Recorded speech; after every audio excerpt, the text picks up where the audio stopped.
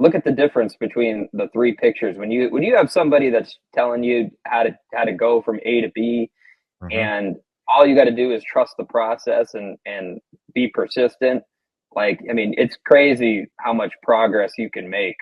Welcome to the Total Fitness Bodybuilding podcast with Lee Hayward and Jeff Samataro. Since 1997, Lee Hayward's Total Fitness Bodybuilding has been online helping guys to build muscle, lose fat, and become the best version of themselves. The goal of this podcast is to provide you with real-world practical fitness and nutrition advice to look your best, improve your health, and feel confident in your own skin so you can live life to the fullest without having your body holding you back from doing the things you want to do. So if you're ready to get started, let's jump into the show. Hey there, how's it going? Lee Hayward here, joined with Jeff Samataro, and we're planning on doing something new here. We're planning on starting a podcast, and this could quite possibly be our very first episode right here, Jeff. This is the start of it all. This is humble beginnings right here. But this is something that has been on my mind for a while. I mean, like, I do a regular live stream Q&A over on YouTube every week, and I know you've participated on several of them. Sometimes our schedules clash when it comes to those live stream Q&As. So that's why we decided, hey, why not do a podcast separate from that? So that's what we're discussing here. And just to kind of lay the foundation here, let's just introduce ourselves for those watching or listening who may not be familiar.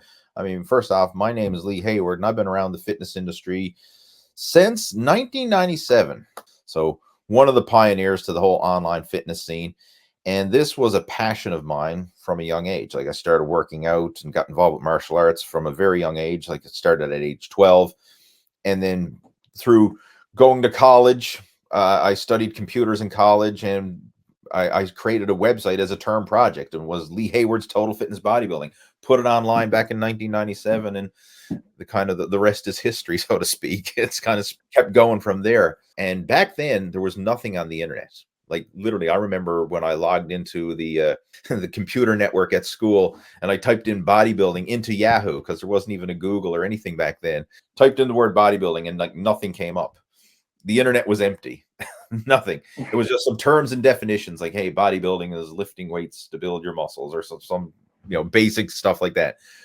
But there was no such thing as workouts or what podcasts and social media and all this kind of stuff and videos. There was nothing. It was just empty. So it was really the wild, wild west of the internet. And when I started publishing my website, which was just a very crude website, but when I started publishing anything related to workouts, like, I was getting ranked first page of the search engines because there was nothing else out there. So indirectly, I mean, even though I had no idea what I was doing, I started to build quite a large following online. And some people are still following me today from those humble beginnings, and it's kind of grown from there. And now what I'm focusing on is helping more mature guys, like people who are kind of gone through that early phases, guys in their working professionals, family man, people who really want to get back in shape. So that's my main focus now. And that's kind of in the area where we met up, Jeff. So just share, like, how did you find out about me, and how did you come on board with this? So I started following you back in like late 2018, early 2019, I want to say. And I started because I was overweight. I was 260 and at 6 feet tall. And I had just gotten married a few years earlier. And, when you get married, you get comfortable and everything. So started to let things slip a little bit, and put on a lot of weight in a short period of time. And I went to go see my doctor one day, and my doctor looking at me, and he's like, he's like, you're kind of at a crossroads right now where you could go in one or two directions. He's like, you could put on another 30 pounds. He's like, and then, because I had put on 30 pounds since I saw him, he's like, you could put on another 30 pounds and you could be kind of flirting with obesity a little bit here. He's like, you can start to tighten up a little bit and go back the other way. He's like, so I want you to think about that. He's like, especially as you're getting towards, your 30s. So I started getting curious, and I went on YouTube and I was looking up workout advice and stuff, because I had done some working out with my dad in the past, and some friends, but like nothing like super serious. So like, I knew the basics, but I still had questions about nutrition and just different types of workouts, because I had like my own little routine that was just kind of becoming mundane over time, just doing the same thing. Kind of felt like I was spinning my wheels. That's where I started just YouTubing certain fitness influencers, and that's when I found you, and really loved your content right from the beginning, because a lot of the earlier workout videos I saw were just you working out in your home, where some of the other workout videos I was seeing were like super staged and massive productions and everything like that. And I was like, well, this is never going to be me. You know, I'm just a normal, regular guy who just wants to get into shape, maybe lose a couple pounds.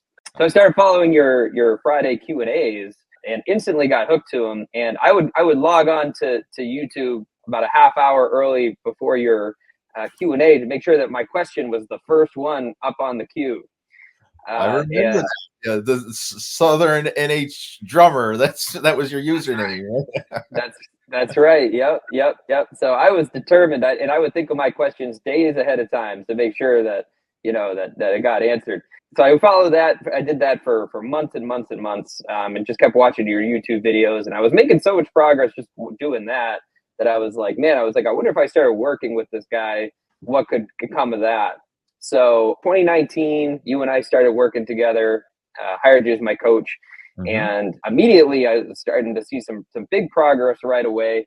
And then when COVID hit, my wife, she's a nurse, a registered nurse, and she was working in the health field. And I was super worried about her all the time. My career had taken a slide where, I'm a self-employed musician. So like all my gigs and my students and everything all went away. So I had all this time to just sit at home and just be worried about my wife. So I decided that instead of worrying about it, I was going to take control and focus on the things that I could control. And that was me really dialing in my fitness and my nutrition and really super taking it seriously. That's where some of the biggest progress I think I've ever made in my life started happening. So, I mean, I could have went two ways. I could have said, life sucks. I'm going to start eating awful. I'm going to go back to my old habits. I'm going to gain weight. I'm going to drink. I'm going to do all this. But instead, I was like, I'm going to go the other way. And I'm going to really dial in my fitness and my nutrition and take care of myself. That way, when this is all over, I'm going to come out a better person because of it.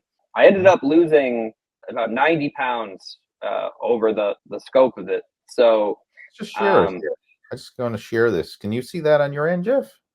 I can, yeah. There we go. It's me. The different stages of me. Right? I just want to put some visuals to this, right? For those who are watching. Like, I know when you reached out, you were quite heavy. I mean, when you started this, I should say, like that was when you were borderline obese, I guess, when your doctor was saying, hey, you could go either way here in that first picture. See, like I love looking at this stuff because this is like the testament, right? The testimonial, I guess, of like what good coaching can do for you right here.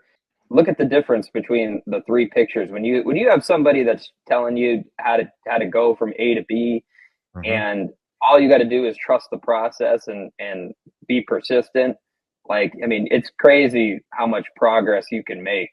Yeah. I mean, this is over the course here. I think that picture, the first picture, was taken in 2017, I want to say. So, I mean, this is like 4 years probably of hard work and consistency and all that. But I mean, it goes by so quickly, and I've fallen in love with the process. I've fallen in love with exercise and taking care of myself. And nowadays it's something that I love so much that like 4 years goes by, you don't even realize it.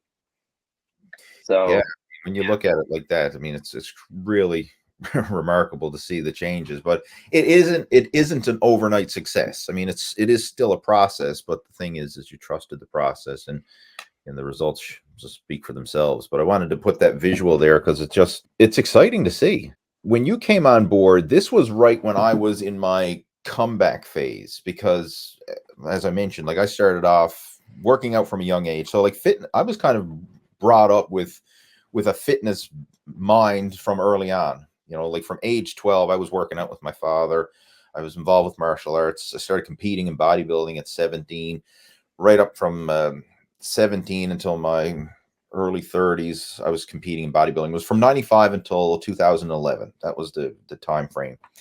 Then I took a hiatus from bodybuilding. So I was starting to get burnt out from the extremes, ups and downs of contest dieting. And at that stage, I knew I didn't have what it took to be a pro bodybuilder. Like in my early days, I had that vision and that dream. Oh, I'm going to be on the Olympia stage. I'm going to win Mr. Olympia, and I'm going to do it naturally. Gosh darn it. Right? You know, like, so this was before the internet. So like we were very naive back then. When I read the magazines and I see, you know, the big picture of, you know, whoever it was, the top pro bodybuilder, and he's advertising, you know, Joe Weider's protein powder and saying, I did it all naturally just with the help of Joe Weider's super duper muscle shake.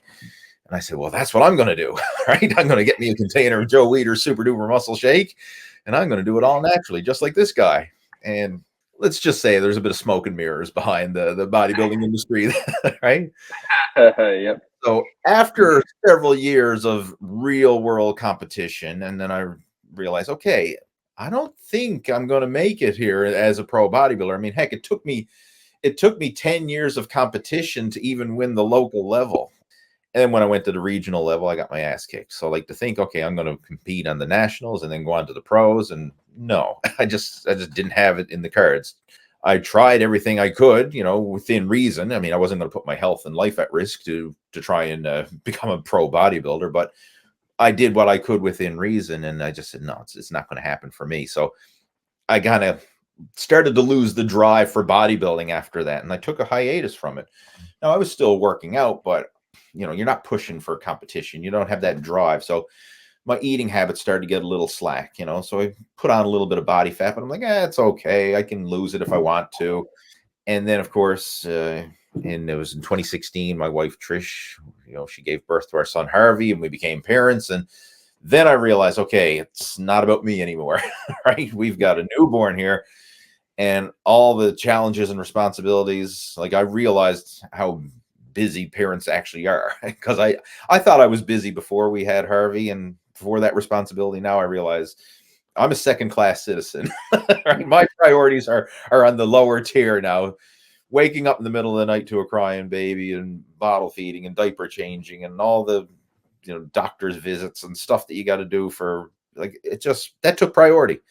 And then my health and workouts and nutrition just went down, spiraled off track. And in my mind, I knew what to do, but I just like, I'm too tired. I'm too lazy. I'll just order a pizza. I'll start again tomorrow. And then tomorrow I'll start off again on Monday. And it just kept spiraling out of control until finally I said, okay, enough's enough. You know, looking at the fat man in the mirror and saying, who's this guy looking back at me, right? I don't recognize you, dude. Like this isn't Lee Hayward, the former competitive bodybuilder. This is Lee Hayward, the guy with a gut sticking out further than his chest. Like, what's on the go here? So that was a wake-up call. So that was around the time I started to put out more content geared around getting back in shape again. And that's where the whole Muscle After 40 blueprint came about, because that was my vision at the time. I was in my late 30s, approaching 40, and I said, I want to be in shape by the time I'm 40.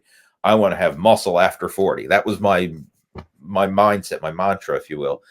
And I worked my ass off to achieve it. But that's when you came on board. So you were seeing me in that comeback phase when you started following along. And my personality and my content changed a lot, because up until then, it was the young up and coming bodybuilder, go hard, go heavy, or go home, you know, high intense, push yourself. Now it's a totally different mindset. It's not just getting in shape. It's more about staying in shape. You know, does that make sense? Oh yeah, totally. And Yeah. it resonated with me so much because I mean I had never had any ambitions to be a pro bodybuilder or anything like that. Like I just wanted to be the best possible version of myself and just find a way to integrate health and fitness and exercise into my daily life. I could continue to what I was doing at the time, but just at a higher level. And once I had learned that, you know, you don't have to have this kind of like blood and guts type of approach to working out all the time. You know, it's like you can just, if you just do it consistently and you just master the basics and everything, and you can still reach all the goals that you set out for yourself, you know, then I was like, you know what, this is attainable. This is something I can do. And then once I started believing in myself that it was possible for me and started identifying with being somebody who is in shape, you know, then all of a sudden it just became this total natural transformation for me. Yeah. Yeah, for sure. And I just to really kind of drive this home, I just want to share.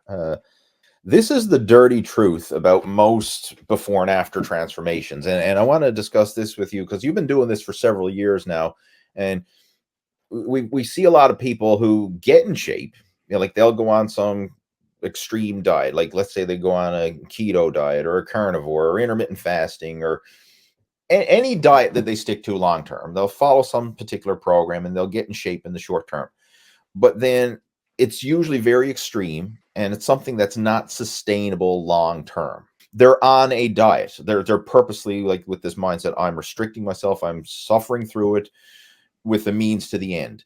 And unfortunately, when it comes to your fitness and nutrition and sustaining this as a lifestyle, there is no end date. There is no finish line. It's just a never ending process because as soon as you stop whatever it is that you're doing, you'll go back to your old habits. You'll regain the weight back again.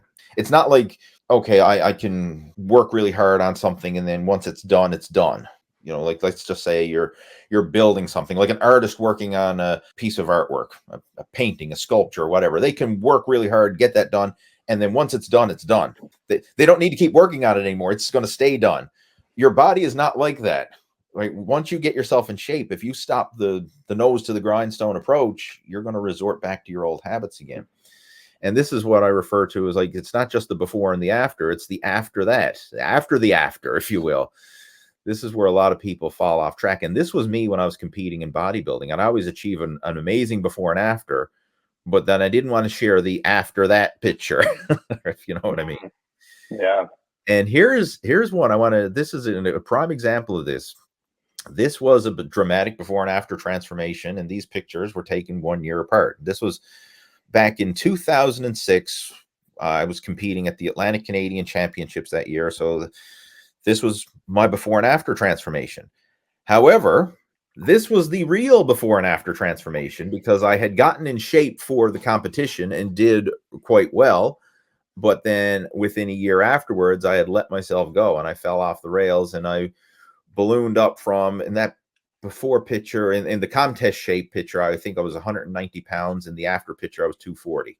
Wow. And I ballooned up. And that was within 1 year because I dieted my ass off to get ready for the competition. But after that competition was done, I was so burnt out from, starving myself, 2 hours of weight training, 2 hours of cardio, kind of burning the candle at both ends, eating boiled chicken and broccoli and doing that for months on end. I mean, yeah, it worked. I mean, obviously you look at the picture. I mean, I had visible abdominal definition, was in great contest shape. But once I stopped that, then I went back to the, where is it to? Up here. Like when you blow your diet and start binge eating, right? I mean, after the competition, I just couldn't control myself. It took months of dieting to get in shape, only a few weeks of falling off track to start to gain it all back. And then it's a slippery slope. Once you start to gain it, then it's easy to just, stay in that rut, if you will. Right. And that's what happened to me. And it just piled up week after week after week. I mean, not that I was purposely trying to get fat, but that was the end result. And we see that with a lot of people. It's not, nobody purposely tries to get fat.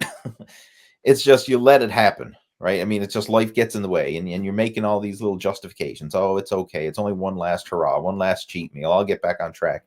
And then you just, things really go haywire. I'm just curious now, like, how have you been able to stay in shape over the last few years? Like, and have you seen any ups and downs within your own fitness? Yeah, I mean, nowadays, it's like I prioritize it so much because I recognize like how much of an impact it's made on my daily life. So it's important to me that I get in my workouts, that I meal prep, that I get my sleep.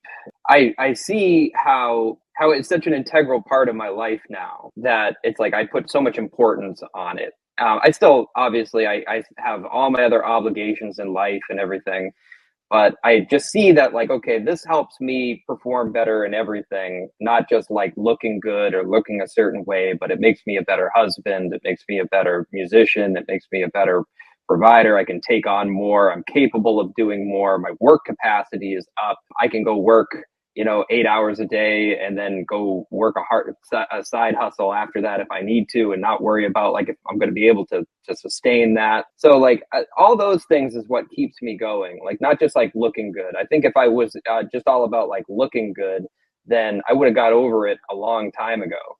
But it's really like all the other life benefits that I've gotten from being in shape that really keep me going week after week. And I think now it's just I've been doing it for 5 years now consistently, where the most I've ever taken off in the past 5 years is I took a week off from working out when my wife and we went to Aruba. But like for instance, like we just went to New Orleans, and it's like I still find ways to hit the gym. Like there was a gym at the hotel, so I'd get up and I'd go to the gym and I would do like a quick like 30-minute thing like in the gym, and then go off and walk all day around the city. So, I find ways to do it. I prioritize it because I've been doing it for so long now, 5 years. It's like brushing my teeth. Like, when you leave the house and you haven't brushed your teeth and you're like, man, something's missing. What did I forget to do today?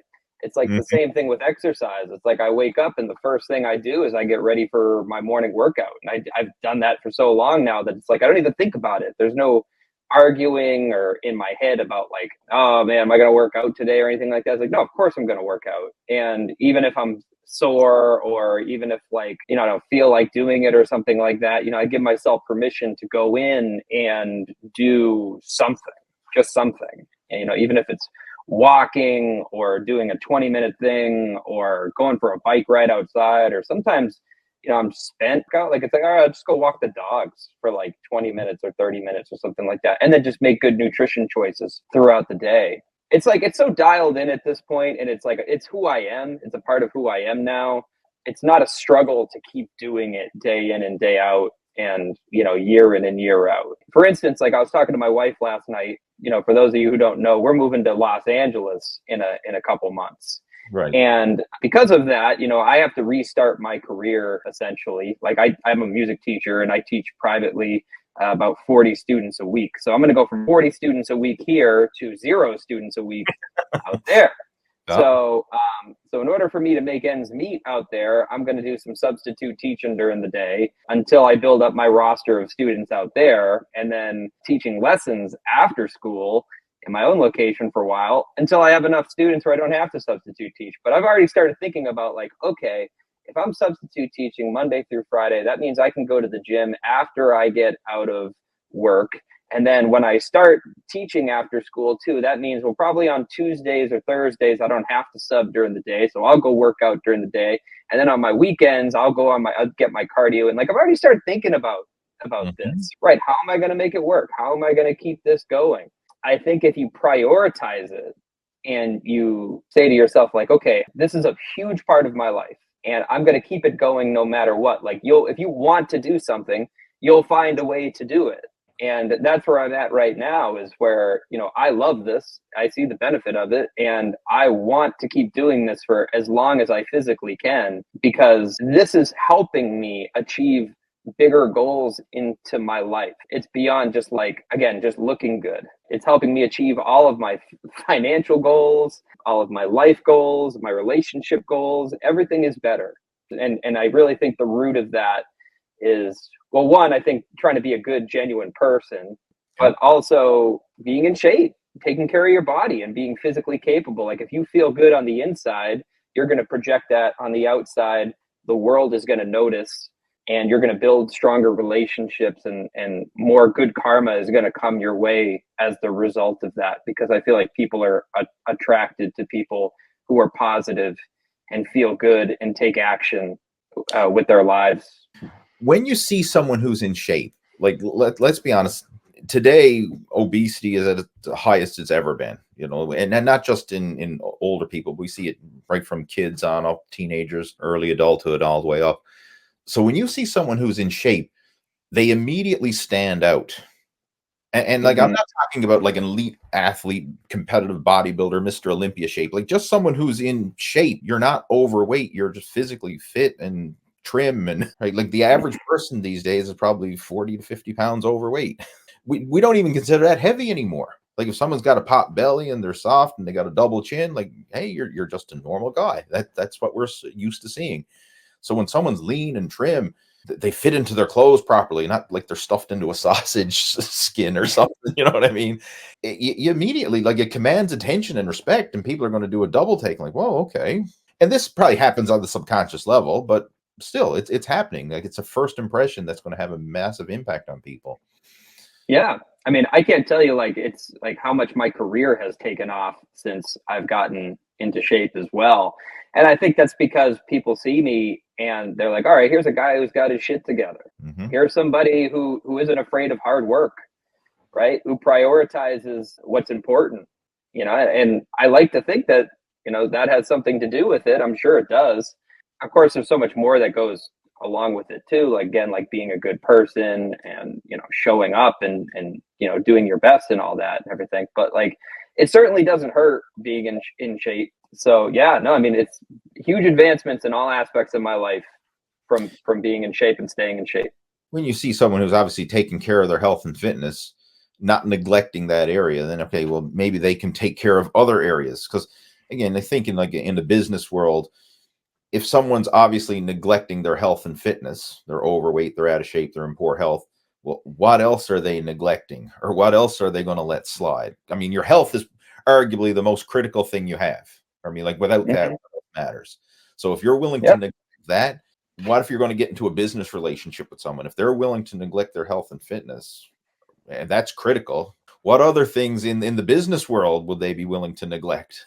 You know, because it's too challenging. So, you know, subconsciously it's sending all these signals where, you know, someone who's willing to take care of their health and fitness and prioritize that, then maybe they're willing to take care of all the other little things along the way, or big things in reality, not little things that can have a big impact. So again, it's subconsciously has a huge impact.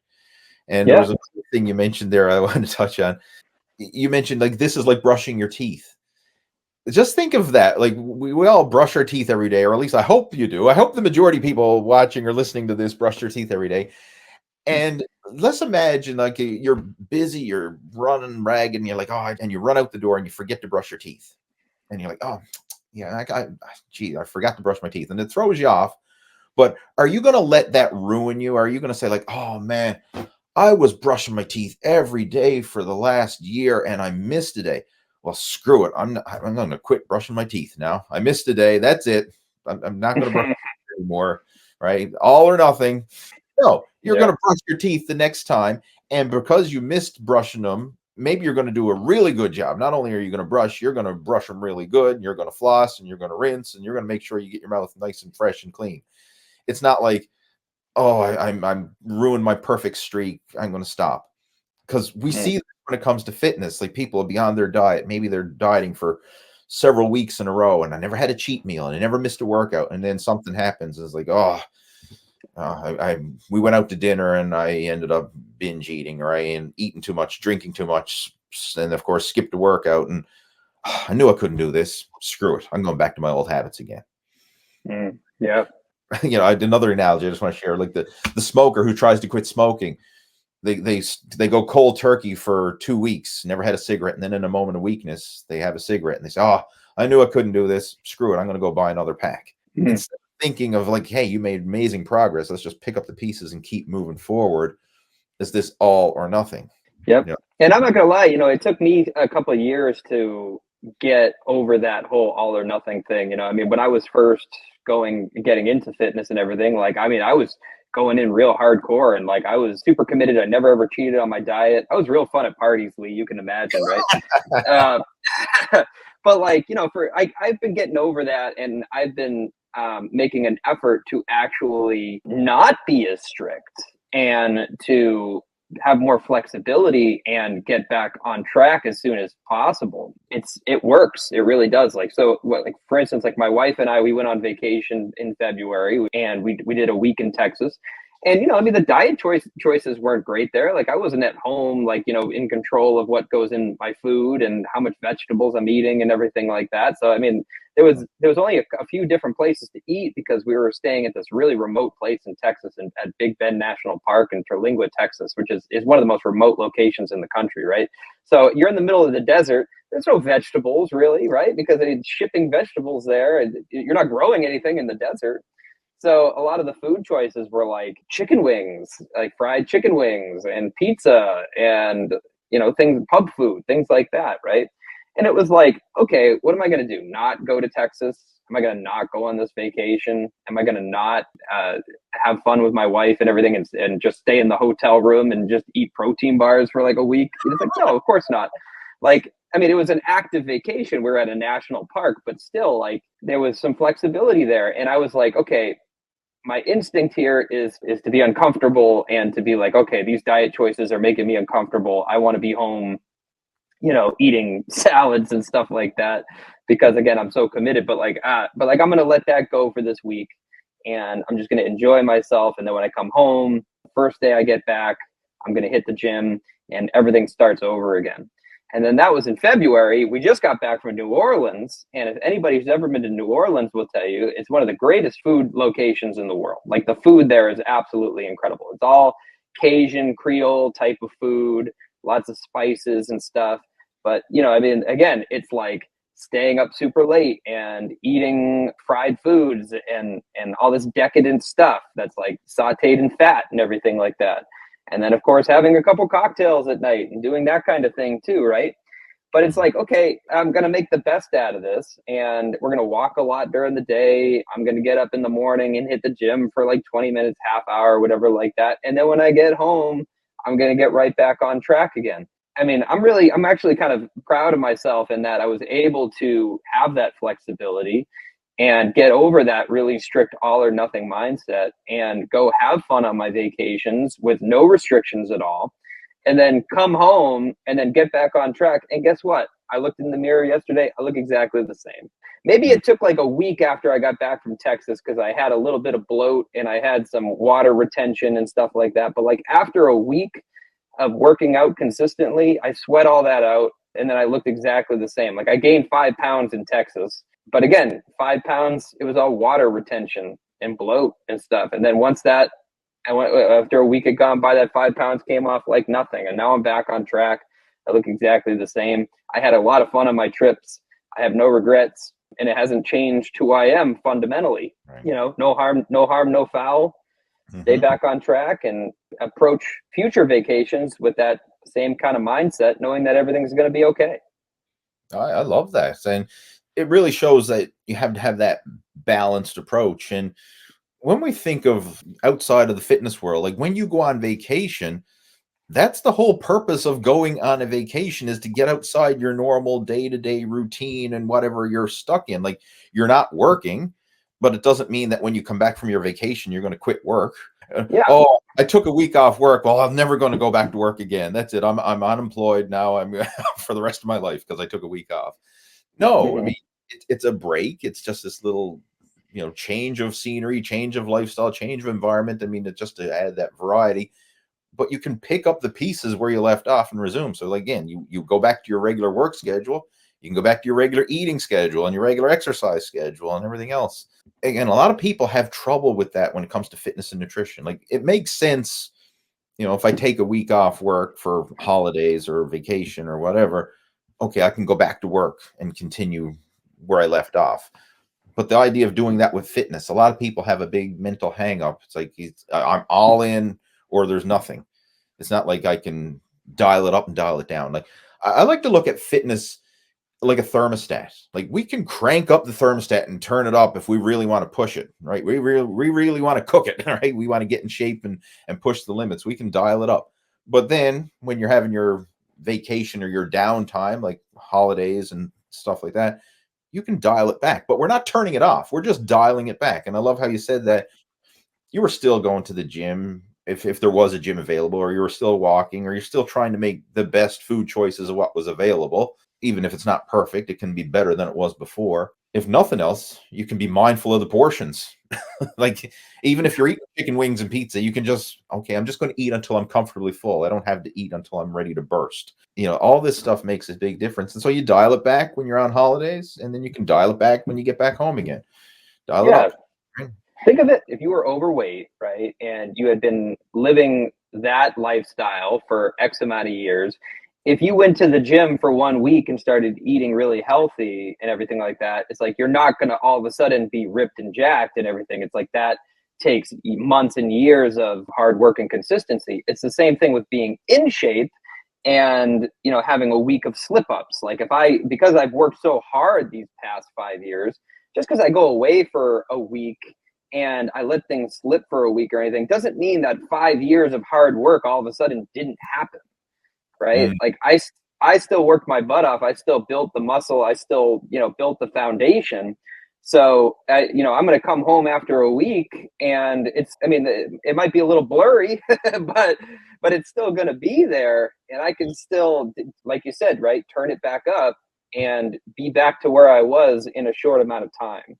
So it's the weekly, the monthly, the yearly consistency, the averages of your choices done over a long period of time that matter the most, not what happens in a short amount of time, like days or a week.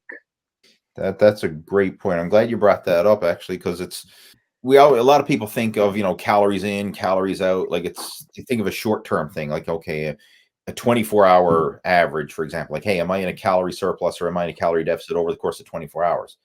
It's not that. It's much, much longer, not even a course of a day or a course of a week. Look at the course of a year. If you're heavier now than you were last year, regardless of whatever diets you've done or fasts or detoxes or cleanses or anything, if you're heavier now than you were this time last year, then you averaged the year in a calorie surplus. You gained over the course of the year. That was probably ups and downs along the way, but ultimately you ended up heavier than you were before.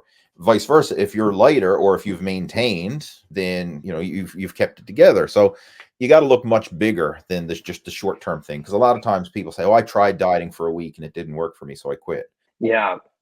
I Yeah. think people they underestimate how much hard work goes into it and how consistent and persistent you have to be. And I think that, again, that's why it makes the whole experience so special, is because it is hard. It takes a lot of consistency, persistence. You're not going to see those results that you want within a week. And I feel like people, they just don't have the patience and the long-term vision to see it through, knowing that it is going to take, like, we're talking 5 years here, right? To reach, like, your goal physique, if that's what you're Mhm. striving to do. But I know you've seen it. I've certainly seen it too, where people ask my advice. They're like, how do I get into shape? How can I lose the body fat and everything? And it's like, okay, here's what you have to do.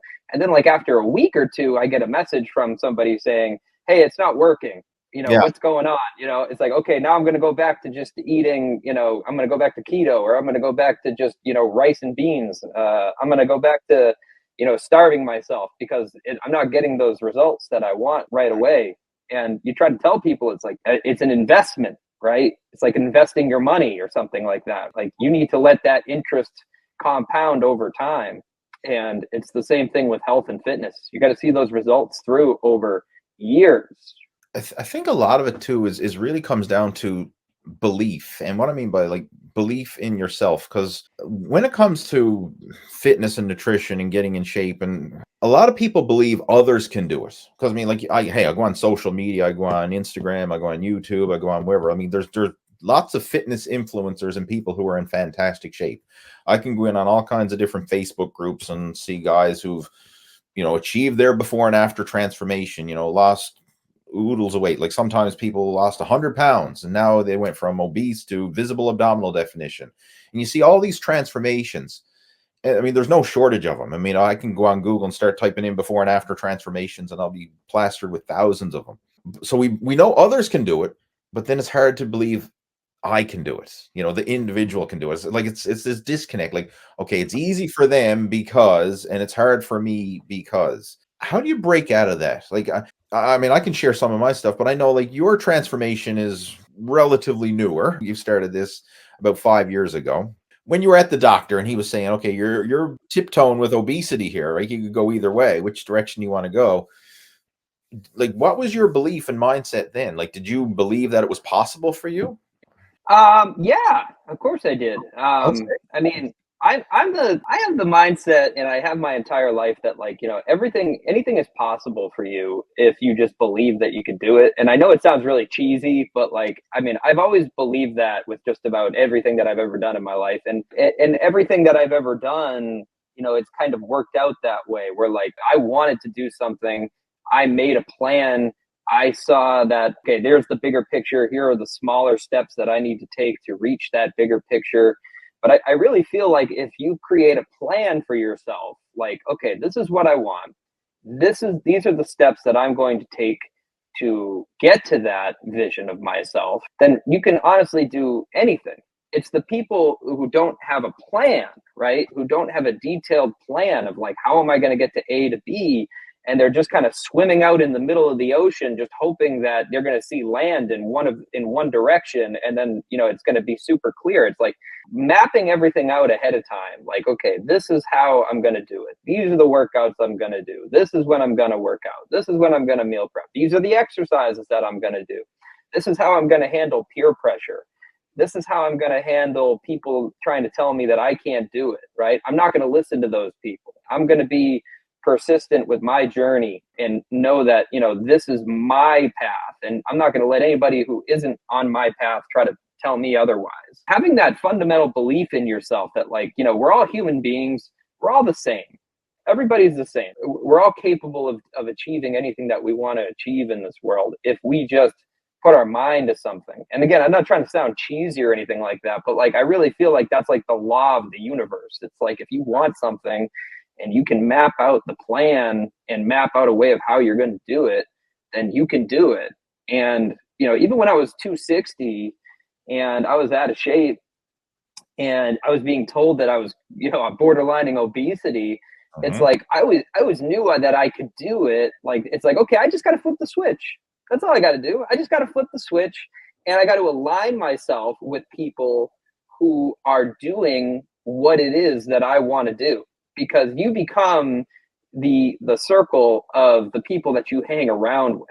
Yeah. So it's like, okay, I got to contact this guy Lee, and I got to be in a circle of other guys who are trying to do it is what I want to do, because here's an example of a guy who's gone from fat to in shape. So he knows what it takes to do this, right? So like, if this is what I want to do, then I got to be around other people who also want this, or around people that are doing this. And this is why, I'm going to Los Angeles in a couple months, right? It's because one of the dreams I want for myself is I want to be a touring drummer. I've always wanted to go on tour, and I've always wanted to play in a big production, right?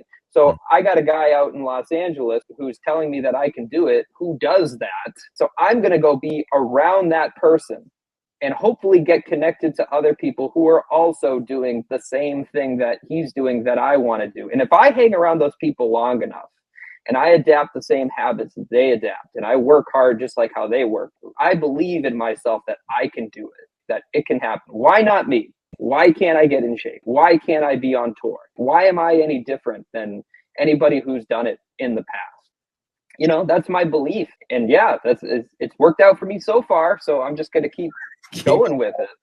I love that, Jeff. I mean, I know you don't want to make it sound cheesy or whatever, but I mean, like that's the reality. I mean, like sounds like we're reciting a self-help book or something here, but it's true. It's the way it is. The thing that blows me away, and because I've been doing this for a long time, like I mentioned, since the late 90s, and there's been a lot of people who've been following my fitness journey and my content for years. And it blows me away when I have conversations with these people and they're still struggling.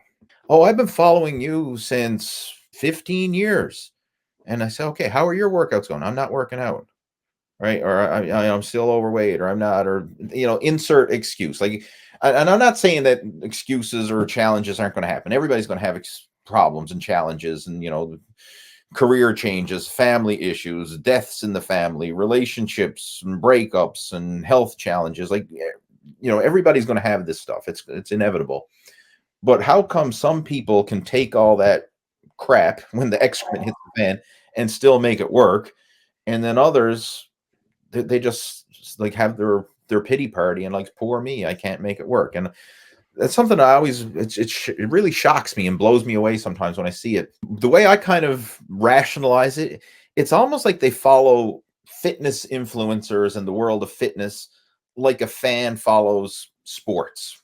Like, you just think of the average football fan or the average NASCAR fan or hockey fan or whatever. They follow it. They know about the game. They know who the players are. They know how it's all done. Like, they know it up here. But like, could they get on the football field? No. Could they get on the ice and play, hockey? No. Or could they whatever sport or activity they're following. Like, hey, like let's say someone's a boxing fan and they love boxing and they always watch boxing on TV and they know all the boxers and the stats and this and that. And they follow it like a huge fan. Could you actually get in the ring and spar with a pro boxer? No, right? And I see sometimes people actually follow fitness influencers with that same, almost like a sports fan passion. They love following the content. They love seeing someone else's transformation, but they don't, for some reason, believe that they can do it themselves. Like, I know we can't all be pros or whatever, but we can all be better than we were before. Like, we can all be the best version of ourselves. And it's just strange sometimes. I'm always trying to wonder, like, how can we crack the code on that to help someone to believe that, hey, this is possible for you? I mean, yeah, you might not be a world champion or even a local champion or a local legend, but you can certainly be better than you were before. Like, you don't need to stay stuck in your shell of, obesity and health problems and challenges when you know darn well the difference. They have all the information. They have the tactics. They don't take the action. And they still stay stuck in that rut. Yeah, I think maybe a part of that is that people never get started. It's like what I'm doing nowadays for my workouts is a lot different than what I did when I first started working out. Getting started, I think, is the first key. Like, work is going to make you want to work more, right? Like, work produces more work, if that makes sense, right? Just like how success produces more success. If you just like, okay, I'm just going to get started with it and I'm just going to go for a walk, or I'm just going to go downstairs and just do some real basic lifts, or just do what I know how to do, or just be comfortable being a beginner at something. And just accepting that, like, okay, I'm new, I'm a beginner, I don't know what I'm doing. I'm just going to go in and just do what I know how to do, and just be willing to be an awkward beginner. I'm not going to lie, is that the hardest part of this whole process of getting in shape was honestly like the first 6 months. Nowadays, it's not hard. Like, I mean, it's hard work. Like, I still put in hard work every day, and working out isn't easy, but like, it's not hard for me to do it because I love to do it. But like the first 6 months, when you're like, don't know what to do, and you're like, I don't know how to get started. This is what I want. Oh God, the road is so long. How am I going to get from here to there and everything? It's like, you just need to take the first step, and like, you're going to get better gradually, and you're going to progress over time. You're going to get stronger. Your form is going to get better. Your technique is going to get better. You're going to feel better. And then all of a sudden you're like, okay, yeah, I'm seeing signs of progress here. So obviously something's happening, something's working. And then that turns into, it snowballs, right? It starts to compound over time. And then before you know it, 4 years have gone by, 5 years have gone by. And when you go into the gym now, it's like, I know exactly what to do. I know exactly what I need to do. I know the time that I have to do it. I know if I can't do this, then I'm going to do this. It's like your experience, right? Experience is what grows your confidence over time and makes it super enjoyable. But I think it's that first 6 months where it's like, I don't know what I'm doing. I'm uncomfortable. This is weird. I feel awkward. I'm embarrassed. I hope people aren't looking at me. Like, I hope people aren't making fun of me, or I'm going to be on this Instagram gym fail compilation or something like that. It's that first 6 months where you have to get over that and just kind of keep going. And then once you get past that, then it's like, okay, it's smooth sailing from here on out. Oh, that was great. And I think we really need to just embrace that it's not going to be fun for the first phase, until you get that initial traction. It's going to feel like a grind. It's going to feel like work, and it's going to be outside the comfort zone. Just accept it. I mean, I don't know any other nice way of saying it other than like, suck it up, buttercup. Like, you got to go through it. But once you get past that hump, and again, you start to see some progress, like, meaning, and it doesn't have to be major, but it's like, okay, like with your workouts, you start to know your way around the gym, and you're starting to do some exercises, and you're getting stronger. Well, that's going to fuel your motivation. And then when you can button up your pants and, whoa, I got to tighten up my belt another notch. Whoa, that's fueling your motivation. When you can climb that flight of stairs without gasping for air by the time you get to the top, it's like, oh, this is pretty cool. Like, it's all little steps. And then again, that's the snowball accumulating. And before you know it, once that snowball has the momentum, there's no stopping it. Right? I mean, like, that's the phase you're at now. And that's the phase where I'm at. Like, there's no stopping it. I could never imagine, not exercising or not taking care of my health and fitness. Like that's not even part of my reality at this stage. It's just, it's who I am, what I do. And then it's like, once you achieve the physique, it's like, okay, what's going to keep me going? Because it's one thing to get in shape. It's another to stay in shape. Yes. Right. That's the hard thing. Right. So it's like, you need, for me, I'm very goal oriented. And if I can see a bigger picture, like I'm willing to put in the work to get to the bigger picture. So I need something like that. Like, okay, I'm doing this because I want to get to this. And this is a big challenge for a lot of people, especially when we're getting into an older demographic of folks. Like when you're coaching young up and comers, like teenagers and 20-something-year-olds and stuff, they're still on the rise. Like they haven't hit their peak yet. They're still building up to it. But once you start getting into older people in their 30s and 40s, 50s and beyond, they've probably hit their peak, and now they want to get back in shape again because of various reasons. Like, okay, my health is declining, or my mobility is now an issue, and it's a different motivation knowing that, okay, I'll probably never be at my prime again, but I still want to be better than I am now, and it's a challenging place to be, for a lot of people. And I see this especially in the bodybuilding world. Like some of the people that I used to compete with and some of the people that I used to coach back when I was competing and coaching bodybuilders, when I run into them now and see them, like, okay, this person used to be a competitive bodybuilder on stage, shredded 6-pack abs, like peak shape. And now I see them and they're like 50 plus pounds overweight and they're not even going to the gym anymore. And like, they don't look like they lifted a weight in their life. They don't even have the same desire because they know, well, I'll never match what I once had back then. What's the point? And it's kind of like you have to really think there's more to it than just the body or hitting a personal best. It has to be a certain benchmark of sustainability and mobility that you want to maintain as a lifestyle, just for quality of life. And that's why I love when you share that this isn't your life. Like you're not just going for this for the sake of, oh, I want to be the best bodybuilder or the best athlete or whatever. This is like a supplement to improve the quality of your life.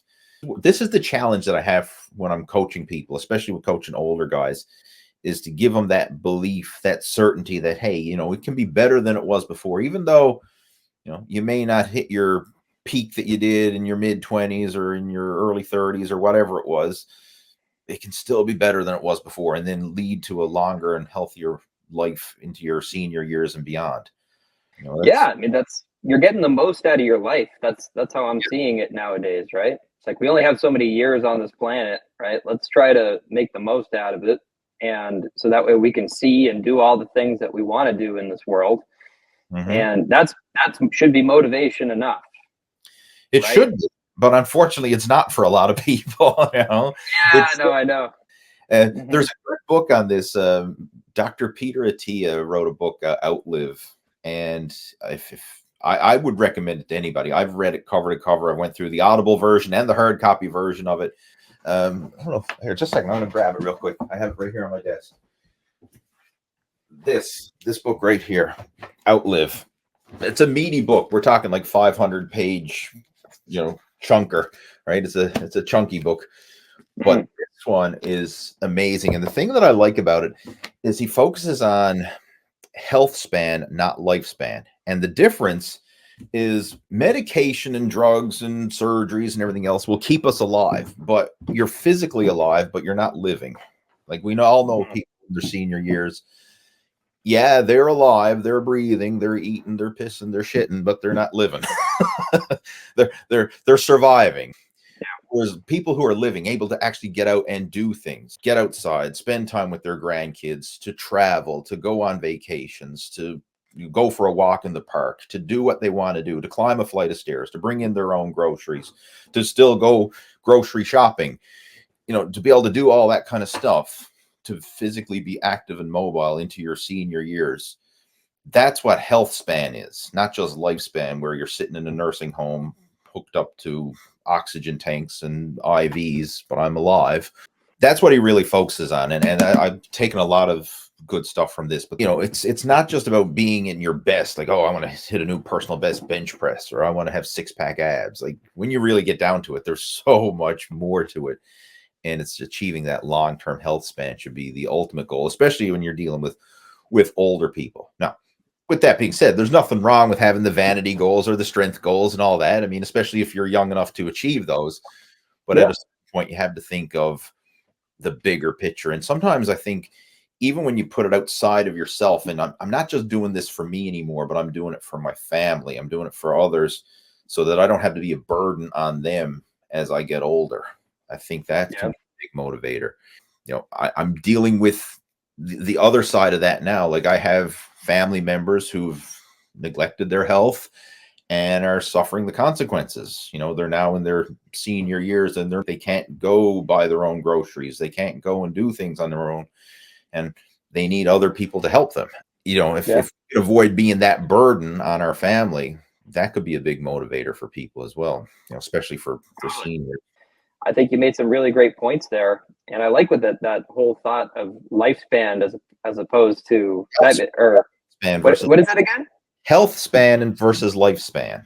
Health span versus lifespan. I like that a lot. That's really great. I'm gonna have to read that book because I agree with that wholeheartedly. It's like there's so much life to live, and there's so many enjoyable things that we can do, and you know that this world has to offer. It's like, and I want to see those things. I don't want to be in my late elderly years, you know, thinking like, oh, I could have hiked this mountain, you know, or I could have went on this trip, or I could have done this marathon or something like that. But I didn't do it because, you know, I didn't have the courage to make the change or change who I was. Right. So it's like I sacrificed chicken salad for chicken shit.